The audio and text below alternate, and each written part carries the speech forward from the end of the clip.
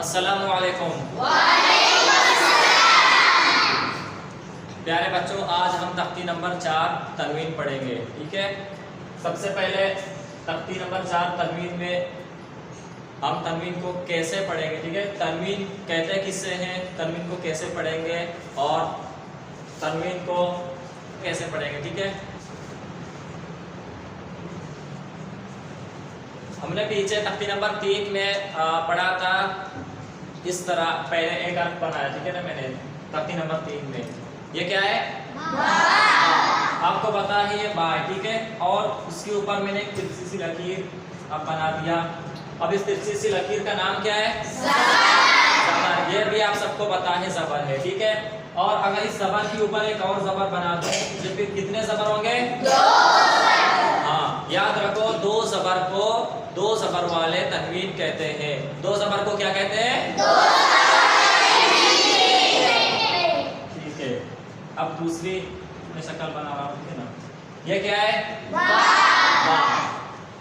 अब यहाँ देखें, इस अर्फ के ऊपर दो ज़बर वाले तनवीन है। ठीक है, अब यहाँ पर इस अर्फ के नीचे में दो ज़बर वाले तनवीन बना दूँ। ठीक है, ये देखें, ये दो ज़ेर वाले तनवीन होंगे। अब यहाँ पर दो ज़बर वाले तनवीन थे, यहाँ पर होंगे दो ज़ेर वाले तनवीन। ठीक है, क्या होंगे, दो ज़ेर वाले तनवीन। हाँ, ये क्या है, दो ज़बर वाले तनवीन। क्या है, ये क्या है, दो ज़ेर वाले तनवीन। अब तीसरा शक्ल बना रहा हूँ, ये क्या है, ये भी बा है। ठीक है, अब बा के ऊपर मैंने एक शक्ल बना दी। ये क्या है, पेश है। कितने पेश है, एक पेश है। लेकिन मैं यहाँ पर दूसरी पेश को मैं उल्टा बना रहा हूँ। ठीक है, अब देखें, अब कितने पेश हो गए, दो पेश को। याद रखो, दो पेश को दो पेश वाले तनवीन कहते हैं। दो पेश को क्या कहते हैं, दो पेश वाले तनवीन। ठीक है, अब शुरू से मुझे बताएं। ठीक है, जिस अर्थ के ऊपर मैं जिस हरकत के ऊपर मैं हाथ रखूं उस हरकत का नाम आप बताया जाए। ठीक है ना। अब ये क्या है, पहले बा। ठीक है, बा के ऊपर क्या है, दो ज़बर का दूसरा नाम क्या है, ये क्या है, ये क्या है, दो ज़ेर का दूसरा नाम क्या है, ये क्या है, ये क्या है, दो पेश का दूसरा नाम क्या है, अब देखिए, ये दो ज़बर वाले तनवीन, दो ज़ेर वाले तनवीन और दो पेश वाले तनवीन। याद रखो, दो ज़बर, दो ज़ेर और दो पेश को तनवीन कहते हैं। ठीक है ना, शुरू में हमने पढ़ा तख्ती नंबर 4 तनवीन। ठीक है, ये देखिए तनवीन लिखा हुआ है, तनवीन कहते हैं इसे। ठीक है ना, दो ज़बर, दो ज़ेर, दो पेश को तनवीन कहते हैं। ठीक है, दो ज़बर, दो ज़ेर, दो पेश को क्या कहते हैं, तनवीन कहते हैं। एक बार फिर, दो ज़बर, दो ज़ेर, दो पेश को क्या कहते हैं, तनवीन कहते हैं। सही। अब उसके आगे क्या है, याद रखो, दो ज़बर, दो ज़ेर, दो पेश को तनवीन कहते हैं, ये बताया आपको। ठीक है ना, उसके बाद इस सवाल को मैं उल्टा करूं। ठीक है ना, तनवीन किससे कहते हैं, इसका जवाब भी क्या है, दो ज़बर, दो ज़ेर, दो पेश। ठीक है, अब आप बताएं मुझे, तनवीन किससे कहते हैं, दो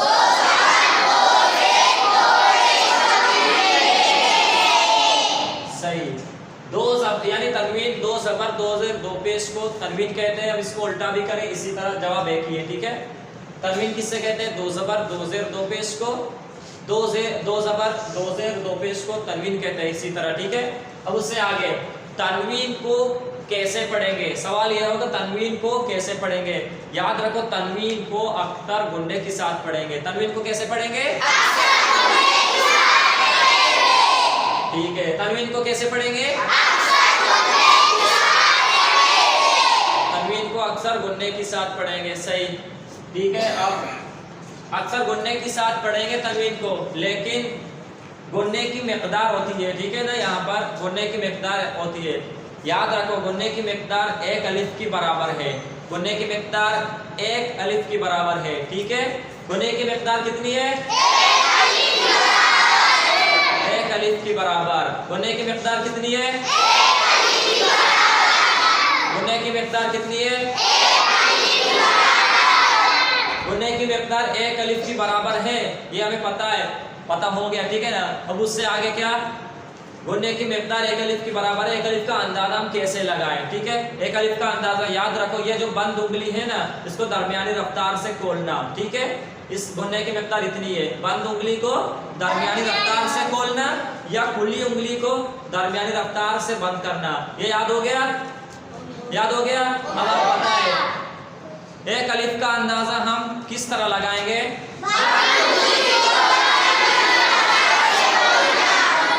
ये सही, बिल्कुल सही। एक अलिफ का अंदाजा किस तरह लगाएंगे,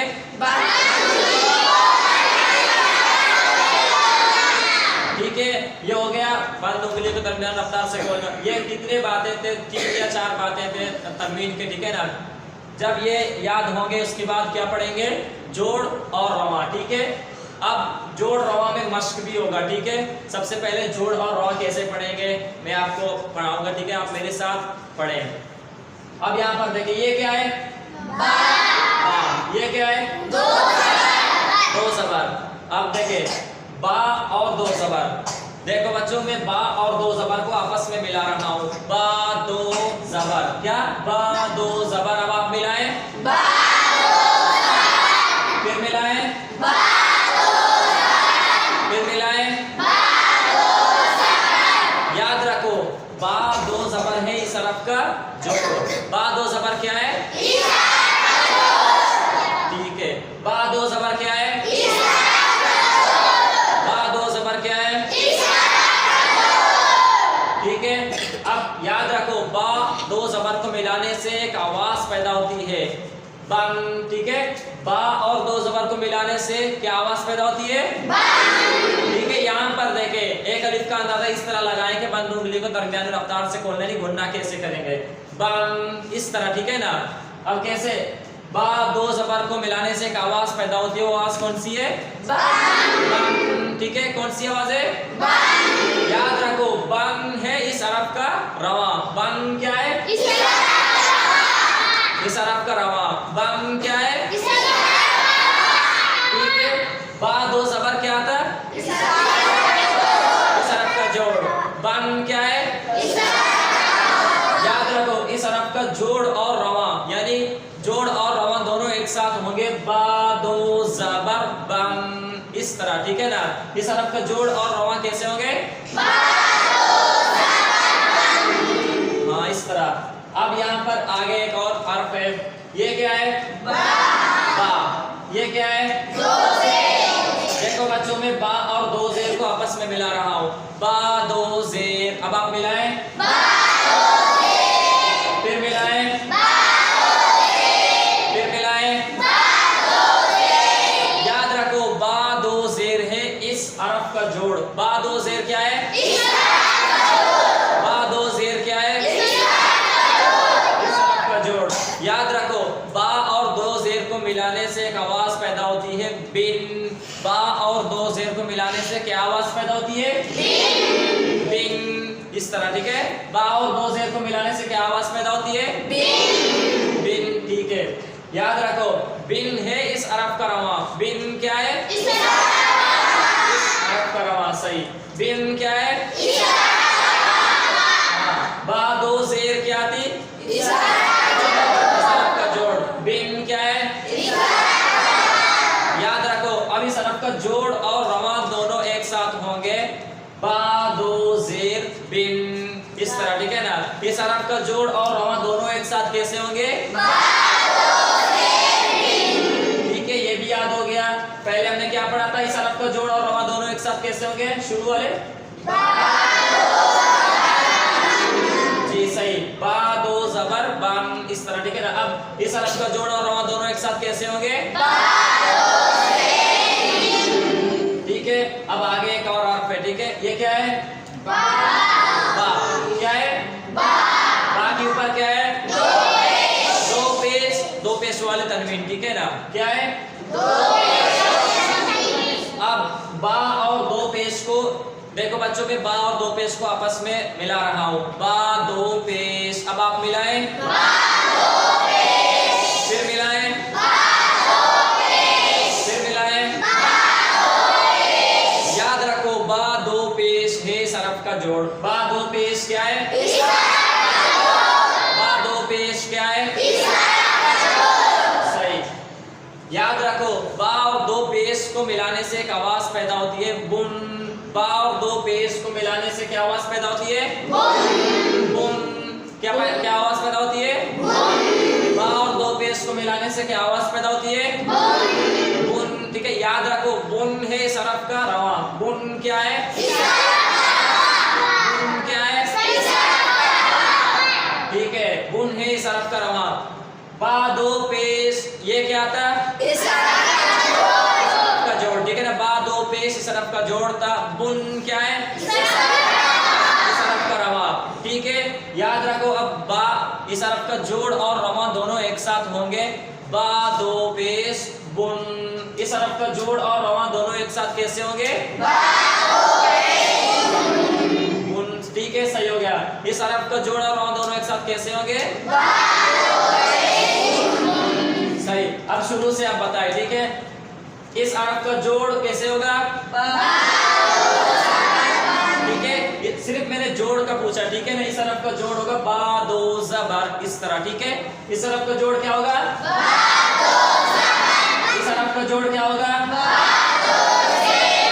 ठीक है, बा दो जेर, बस जोड़, सिर्फ जोड़ का कहें। ठीक है, इस हरफ का जोड़ क्या होगा? बा दो पेश। सही। अब जोड़ हो गया, अब रवा कैसे होगा? इस हरफ का रवा कैसे होगा? कैसे होगा? इस हरफ का रवा कैसे होगा? इस हरफ का रवा कैसे होगा?